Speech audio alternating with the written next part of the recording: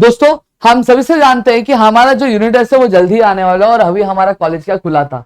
तो अब ये इतने कम समय में हम हमारे यूनिट टेस्ट की प्रिपरेशन किस तरह से करें कि हमारा जो सब्जेक्ट है वो प्रिपेयर भी हो जाना चाहिए और हम चार चांद भी क्या लगा सके हमारे आपके सब्जेक्ट में। तो ऐसे ही आज मैं आपके इकोनॉमिक्स कि एक सब्जेक्ट के ऊपर मैं आपको बताने वाला हूं कि आप इसकी प्रिपरेशन किस तरह से करेंगे जो आपके एक अच्छा खासा क्या स्कोर फटाफट क्या कर सकते हो। और मैं आपको बताऊं कि आपको लग रहा होगा देखने में, मेरे भाई सर ने बोला एक्सरसाइज क्वेश्चन करने के, एक्सरसाइज क्वेश्चन में तो पूरी टेक्स्ट बुक है। भाई पूरी टेक्स्ट बुक है ही कितनी, चलो बताता हूँ। देखो यहाँ पे अगर मैं आपको टॉपिक्स गिनवाता हूँ, देखो टॉपिक्स आपके इतने कुछ नहीं, बस आपका एक वहम है जो आपको लग रहा है, ठीक है। और यहाँ पे अगर आप हमारी तरह से जाओगे तो आप 360 डिग्री माइंड में अपनाओगे तो आपका जो पूरा सब्जेक्ट है वो क्या यू कवर हो जाएगा। समझ में आ गया। अब देखो सबसे पहली चीज अगर मैं बात करूं तो आपको इस चैप्टर में से क्या अलाइनमेंट करना है। अब तक मैंने आपको 2 चैप्टर्स पढ़ा है, ठीक है। अब आपको क्या करना है, बस आपको ये समझ लेना है कि साइंस एक्चुअली है क्या। 2 मिनट खुल जा भाई, समझा। हाँ देखो ये भाई साहब आके बैठे ना हमारे।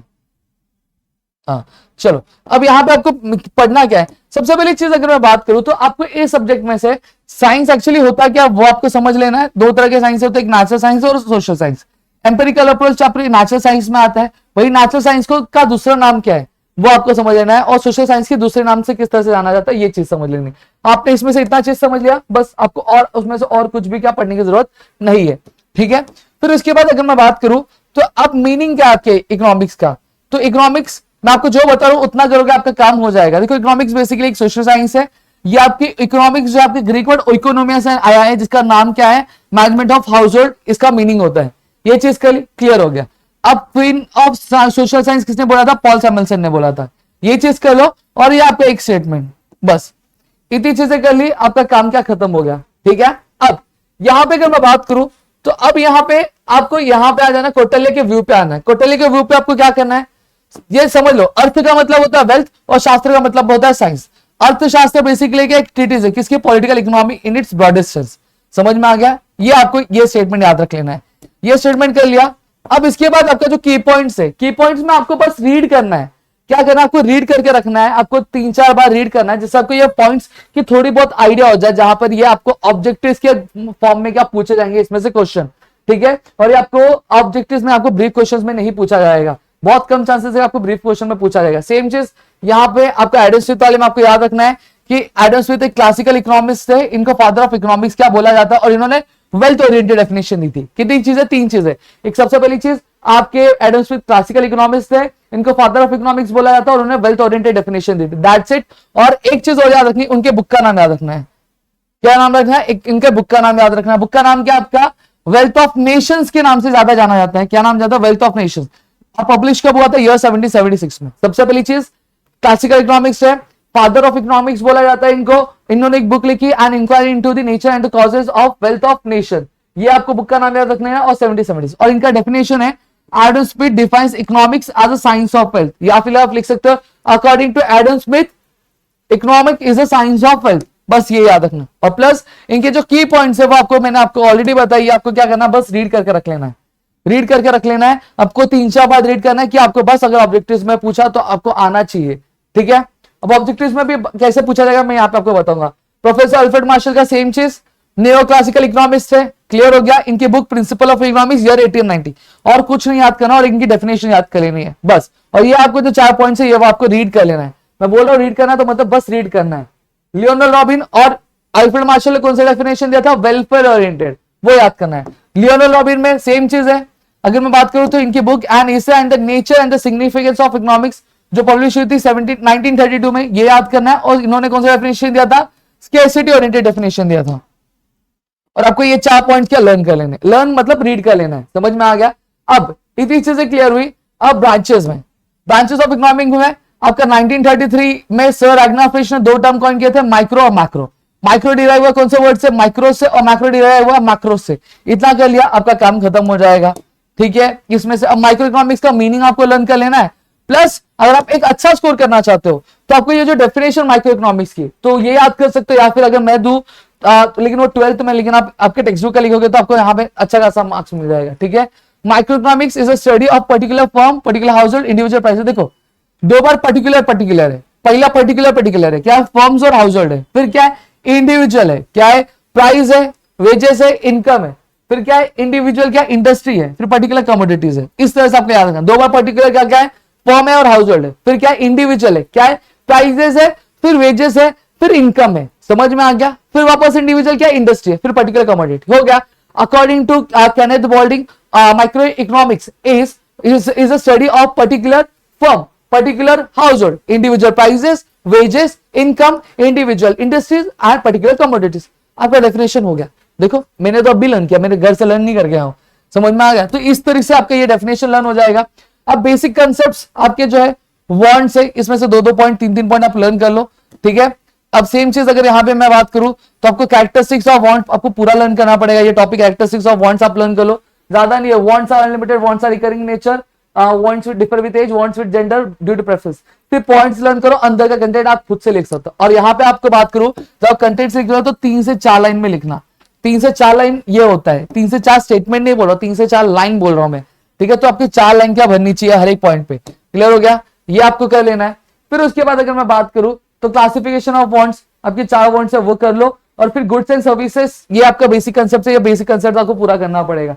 फिर उसके बाद क्या आता है आपका ये आपका हो गया। फिर उसके बाद मैक्रो इकोनॉमिक्स आता है। बस देखो एक मैक्रो इकोनॉमिक्स वाला टॉपिक करना है, बेसिक कंसेप्ट, फिर माइक्रो इकोनॉमिक्स का basic concept, characteristics of want और आपके टाइप्स ऑफ वांट।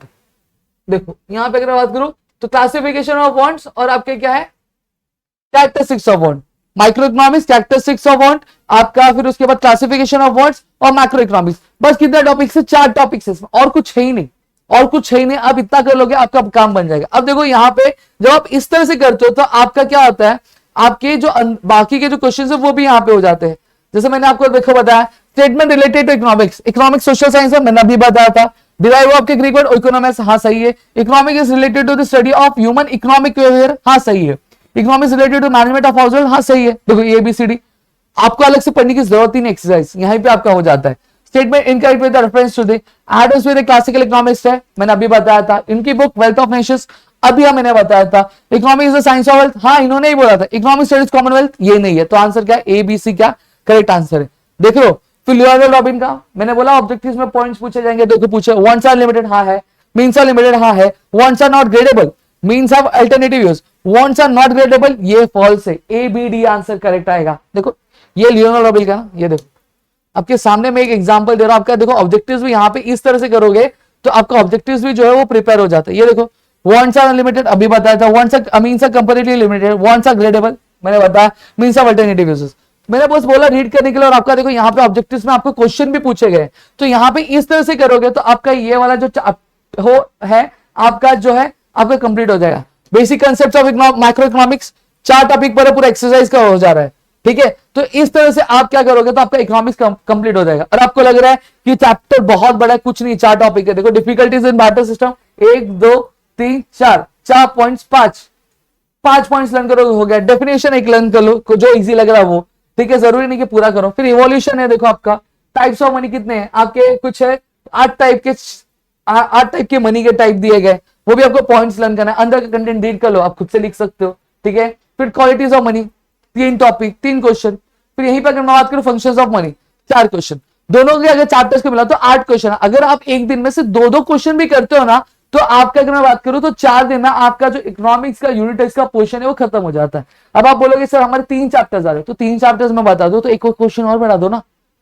आपको क्या दिया गया, देखो आपके 3rd वाले में आपको दिया है किसके बारे में, ये है ये आपका पार्टीशन वैल्यूज है। तो इसमें क्या है आपके 3 टॉपिक्स है, कौन से एक परसेंटाइल निकालने के लिए, क्वार्टाइल और डिसाइल निकालने के लिए बोला गया। सही बात है। अब हर एक क्वेश्चन के आपके 3 टाइप है, क्या है 3 टाइप है, एक इंडिविजुअल डाटा टाइप है, एक डिस्क्रीट डाटा टाइप है, कंटिन्यूस डाटा टाइप है। जाने वाले लेक्चर्स में मैं आपको सिखाने वाला हूं, ठीक है। अब उसमें 3 टाइप, मतलब अगर मैं बात करूं तो कितने क्वेश्चन हो गए, 9 क्वेश्चन हो गए। सही बात है, 9 टाइप के क्वेश्चन हो गए। अब एक क्वेश्चन बढ़ा दो, रोज 3 क्वेश्चन करो, चलो और 4 क्वेश्चन कर लो, 3 क्वेश्चन कर लो, चलो ठीक है 3 क्वेश्चन करो, आपके यूनिट टेस्ट का पोर्शन खत्म हो जा रहा है। रोज 3 करोगे तो यहाँ पे आपको बताओ 4 दिन में आपका पूरा पोर्शन खत्म, इकोनॉमिक्स आपके हाथ में। समझ में आ गया। तो ये आपका पूरा बस आपका डर आपके अंदर जो है कि भाई 11th है पूरा नया है, कुछ नहीं है। कितना है 4 क्वेश्चन आपके पहले वाले चैप्टर में, 4 क्वेश्चन आपके सेकंड चैप्टर में, और यहाँ पे 9 क्वेश्चन है, ठीक है। 9 क्वेश्चन ये बेसिकली 3 टॉपिक्स है, 3 टॉपिक्स में अलग अलग टाइप से, वो भी प्रैक्टिकल समय। कितना टाइम जाता है प्रैक्टिकल सम सॉल्व करने में, ज्यादा 5 मिनट 6 मिनट 7 मिनट, उससे ज्यादा जाने वाला नहीं जाने वाला है। समझ में आ गया। और यहाँ पे 45 मिनट्स आप ले रहे हो, 2 क्वेश्चन लर्न करने में कितना टाइम जाएगा आपको, 2 क्वेश्चन में लर्न करने में 20 मिनट आएगा, तभी भी आपके पास कितना बच रहा है, आपके पास 25 मिनट्स आपके बच रहे हैं। 25 मिनट्स में आप रिवीजन कर सकते हो, लिख के प्रैक्टिस करो, तो इतना टाइम आपके पास फिर भी बच रहा है। आप इस तरह से भी स्टडी करो कॉमर्स में, तो आप अच्छा खासा आपके यूनिट टेस्ट में ही स्कोर कर लोगे, समझा। तो इस तरह से आप इकोनॉमिक्स की स्टडी करोगे तो आपका जो प्रिपरेशन अच्छा खासा हो जाएगा। और मैं बोल रहा हूं, मैंने जिस तरह से बताया, आप अंदर टेक्स्ट बुक के वाइज कर रहे हो तो आपका ऑटोमेटिकली आपके ऑब्जेक्टिव क्वेश्चन भी प्रिपेयर हो जाते हैं, साथ ही साथ अगर मैं बात करूं आपके ब्रीफ क्वेश्चन भी प्रिपेयर हो जाते हैं। आपको अलग से अरे भाई basic concept of macro economics पढ़ना है, कुछ नहीं छूटने वाला, ऐसे जाओगे तो सब कुछ हो जाएगा, ऑब्जेक्टिव्स भी हो जाएगा, सारी चीजें हो जाएगी। मैंने फर्स्ट चैप्टर को तो आपको पूरा बता दिया, आपको बस उस तरह से करना है, समझ में आ गया।